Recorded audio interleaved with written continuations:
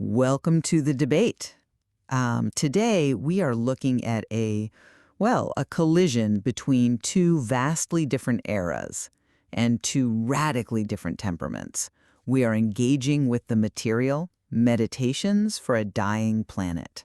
Stoicism versus radical urgency. Yeah, it's a really fascinating juxtaposition. It essentially pits the Roman Emperor Marcus Aurelius against the modern climate activist Greta Thunberg, and it asks the question that, frankly, I think a lot of us are terrified to answer. Is the pursuit of internal peace a legitimate survival strategy right now, or is it just a dangerous sedative? Right, and that is the central conflict. We are mapping the ancient virtue of Stoic endurance onto the modern reality of ecological collapse. The core question we need to wrestle with today is whether the Stoic framework provides a necessary psychological shield against despair, or if it leads to a kind of high-minded complicity. Exactly. And the material frames this as a philosophical provocation. It explicitly asks, is your inner calm actually a form of complicity in the face of ecological ruin? It's really presented as a choice between timeless wisdom and immediate survival. I will be arguing the position of the advocate today. My stance is that Stoic disciplined detachment is not about apathy at all. It is a vital tool for resilience. It provides the psychological stamina necessary for long-term activism and prevents the burnout that so often claims those who fight the hardest. And I am taking the role of the dissenter. I'll be arguing that in the face of tipping points and extinction events, internal peace is a luxury we simply cannot afford. I believe that radical urgency fueled by what the material calls righteous anger is the only moral response to planetary collapse. Let's get right into it then. I want to start by anchoring my argument in the Stoic concept of the dichotomy of control. This is the defining tension. For Marcus Aurelius, and really for a modern Stoic, the path to resilience lies in strictly distinguishing between what is up to us, our judgments, our actions, our character, and what is not up to us. Which, in classical terms, usually means the weather, other people's opinions, or the past. Exactly. But here, what is not up to us includes the macro movements of the climate. And this is where I have to stop you immediately. Because applying the dichotomy of control to the climate crisis is a massive category error. It is a fundamental misunderstanding of the problem. Marcus Aurelius was worrying about court intrigue, barbarian hordes, or, perhaps a plague. These were things that, at the end of the day, didn't threaten the biological viability of the planet itself. You are trying to apply a philosophy of personal coping to a problem of atmospheric physics. Well, hold on. Why is that a category error? The physics are exactly what you cannot control. Because when you label the destruction of the biosphere as an external factor to be endured, like a rainy day or a rude neighbor, you are effectively giving up. Things not dependent on us cannot apply to carbon feedback loops. If we treat systemic collapse as something to just accept so we can keep our peace of mind, we are surrendering before the battle has even started. I see why you'd frame it that way, but let me give you a different perspective. You're looking at control over the outcome. I am looking at control over the agent. The argument here is that focusing on the internal self is the only way to maintain agency in a warming world. If we tie our mental stability to external outcomes, like whether a specific carbon target is met by 2030 or whether a specific summit in Dubai is successful, we are setting ourselves up for psychological collapse. But we should collapse if those targets aren't met. That is the entire point. But if you collapse, you are useless. That is the crux of it. The material argues that mental tranquility is a virtue, not a distraction. Without it, activists succumb to paralyzing anxiety. If you're paralyzed by the horror of the situation, you cannot act. You are just another casualty. Look, is it tranquility? Or is it blindness? Is it strength? Or is it just putting on noise-canceling headphones while the house burns down? It is strength. Think about the cosmopolitan citizen ideal in Stoicism. It offers a framework for universal responsibility. A Stoic cares deeply for the city of the world, but they do so from a place of stability. My key argument is this. We must use Stoicism to build character. Internal peace is a prerequisite for effective external action. You cannot save a drowning world if you are drowning in your own emotions. I'm sorry, but I just don't buy that. That implies that emotion is inherently a weakness. The material contrasts the cold logic of the meditations with the reality of the current crisis. Logic is insufficient here. We need the visceral panic that Greta Thunberg describes. She famously said, "I want you to panic." She didn't say, "I want you to reflect on your impressions and find a center of calm." She wants panic, because panic is the rational response to a survival threat. Panic is a response, certainly. But is it sustainable? It doesn't need to be sustainable for 50 years. It needs to be effective right now. The material suggests that in the modern context, ancient endurance morphs into climate doomerism. It becomes passive acceptance. If you convince yourself that the outcome is out of your control, saying, well, the ice sheets are going to melt, that's just nature, I must accept it, you stop fighting to change the outcome. My argument is that inner calm during a catastrophe is functionally indistinguishable from apathy. We need disruption, not endurance. We need the noise of the alarm, not the quiet of the library. You say we need the noise of the alarm, but noise creates confusion. If the fire alarm is so loud you can't hear the fire marshal giving orders, you burn to death. And this brings us to the most controversial part of the material, which is the role of emotion. Specifically, the contrast between temporary madness and the engine of change. Temporary madness being the Stoic definition of anger. Precisely. The Stoics view emotion, specifically uncontrolled anger, as a temporary madness that clouds reason. Acting out of panic or rage leads to poor decision-making. If you are operating on visceral panic, you are reactive, you are flailing. One can be deeply committed to a cause, even the cause of saving the planet, without being emotionally hijacked by it. I come at it from a different angle. The material contrasts this view with Thunberg's use of righteous anger.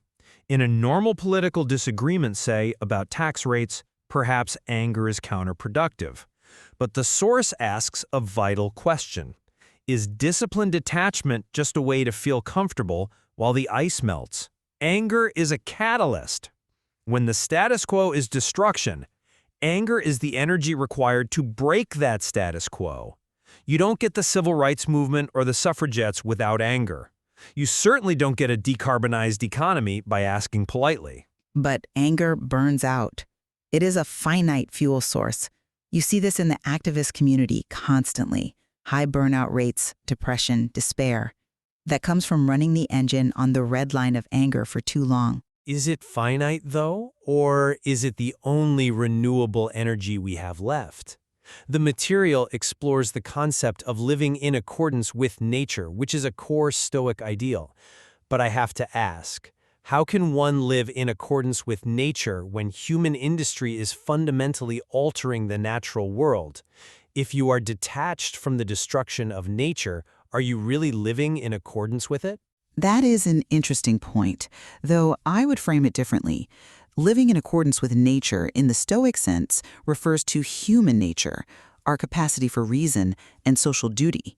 It doesn't mean worshiping trees. It means acting rationally. The material mentions that the cold logic of the meditations might seem insufficient, but consider the alternative. If we rely on visceral panic to mobilize the global masses, what happens when the panic subsides? Or worse, what happens when the panic becomes so overwhelming that people shut down entirely? We saw this with the pandemic. Panic creates fatigue. That is a risk, certainly, but the alternative is the boiling frog scenario. We sit calmly in the water, meditating on our virtue, while the temperature rises to lethal levels. I argue that the Stoic logic must supersede the panic. You need a cool head to engineer a transition away from fossil fuels. That is a logistical, economic, and engineering challenge of massive proportions. You need steady hands to negotiate global treaties. Rage might get you to the table, but it flips the table over before the deal is signed. That's a compelling argument on paper, but look at the history. We have had cool heads negotiating treaties for 30 years. We've had the steady hands of diplomats and technocrats at COP1 through COP28, and emissions are still rising.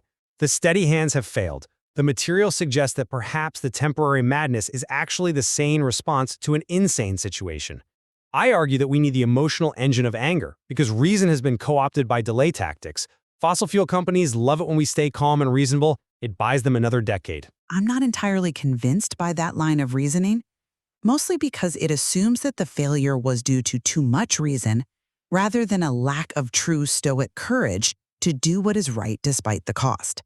But let's pivot to the second topic in our outline, which I think is the most difficult one to swallow: processing existential threat. The material brings up a very specific Stoic technique, premeditatio malorum. The premeditation of evils? Yes, the practice of visualizing the worst-case scenario. This is the part that sounds like masochism to me. It is not masochism, it's inoculation. The material suggests this is a superior method for processing ecological grief. By visualizing the worst ecosystem collapse, social instability, the loss of coastlines, we inoculate ourselves against the shock. We process the grief in advance so we can function in the present moment. Walk me through that. Because to me, that sounds like defeatism, dressed up in Latin. Okay, think about it this way. A Stoic sits down and vividly imagines the coastline redrawn. They imagine the migration crisis. They imagine the heat dome settling over their city. They don't turn away from it, they feel it, process it, and strip it of its power to shock them. They look the monster in the face until it becomes just a fact. The argument is that by the time the crisis actually hits, the Stoic is the only one calm enough to sandbag the levee because they aren't curled up in a ball crying. I'm sorry, I just don't buy that. Visualizing the worst? In this context, premeditatio malorum looks a lot like preparing to die rather than fighting to survive. It is palliative care for a planet that isn't dead yet. It isn't palliative, it is preparatory. But notice the focus. The Stoic approach emphasizes focusing on the present moment to avoid anxiety. But the present moment is where the comfort is. The air conditioning is still on. The grocery store is still stocked. The future moment, the 2050 forecast, is where the threat lives. If you focus only on the present, you avoid the terrifying reality that requires action. The material asks if this technique prevents paralyzing anxiety or simply removes the urgency required to move the needle on planetary policy. I see why you think that, but let me give you a different perspective. Ignoring the anxiety doesn't make the threat go away, but neither does drowning in it. The point of premeditation malorums is not to accept defeat. It is to remove the fear of defeat so you can act with courage. If you are terrified of the 2050 forecast, you might avoid looking at the data because it hurts too much. We see this all the time, people tuning out the news because it is too depressing. A Stoic looks the data in the eye, accepts the possibility of ruin, and then asks, what can I do today? But does the Stoic ask, what can I do or how can I endure? There's a massive distinction there. The material frames the debate around whether this is a mask for apathy. If I have already mentally accepted the destruction of the Amazon rainforest as a way to inoculate myself against grief, have I not just pre-approved the destruction? Have I not signaled to the universe and to the politicians that I can handle it? No, you have pre-accepted the pain of the destruction, not the act itself. You are stripping the event of its power to destroy you so that you can fight the event itself. I think that difference is way too subtle for the speed of the crisis. I argue that we need the shock. We need the grief to be raw and unprocessed, because that pain is the signal to the body politic that something is wrong. You don't take a painkiller when your hand is on a hot stove. You need the pain to tell you to pull your hand away. Stoicism, in this light, acts as the painkiller. It numbs the very sensation that should be driving us to revolution. And I would argue that if the pain is so severe you pass out, you can't pull your hand away at all, you just burn. But this tension between internal state and external effect leads us directly to our third topic, agency and action. The text contrasts the disruptive protester with the Stoic citizen. This is where the rubber meets the road. I argue that the time for character building, which is the primary project of Stoicism, is over. We don't need better people, we need better laws. The material calls for a global systemic overhaul. The disruptive necessity of the contemporary protester is incompatible with the slow internal work of Stoicism. You cannot meditate your way to net zero. But can you riot your way to it? Maybe. Look at the suffragettes. Look at the anti-apartheid movement. Disruption works. The dissenters' position is that we need people blocking highways, throwing soup on the glass of famous paintings, not because they hate art, but because they need to break the trance of normalcy. A Stoic citizen, focusing on their own virtue and being a good member of the community, is never going to block the M25 motorway. They are too busy being proper. I am not convinced by that line of reasoning because it ignores the human cost of the activist. I argue that without the mental fortitude provided by Stoicism, that radical action leads inevitably to burnout. We see this in the movement constantly. Activists flame out because they cannot sustain the level of visceral panic you are advocating for. They get arrested, they get shouted at, they see no change, and they quit. They flame out because the system isn't changing. They flame out because they have anchored their well-being on external results that are slow to materialize. The material suggests that the most effective activists are those who can maintain their center amidst chaos. The Stoic citizen is not passive. They are relentless. They are the water that wears away the stone, not the explosion that runs out of fuel. A Stoic activist can get arrested, sit in the cell, and maintain their dignity and resolve, ready to do it again the next day. The panicked activist sits in the cell and despairs. That is a poetic image, the water wearing away the stone. But we don't have geologic time. We have maybe 7 years before we hit 1.5 degrees Celsius. Water wearing away stone takes centuries. We need dynamite. The material asks a very pointed question. Is Stoicism a mask for apathy? Can one be a Stoic and a radical activist simultaneously?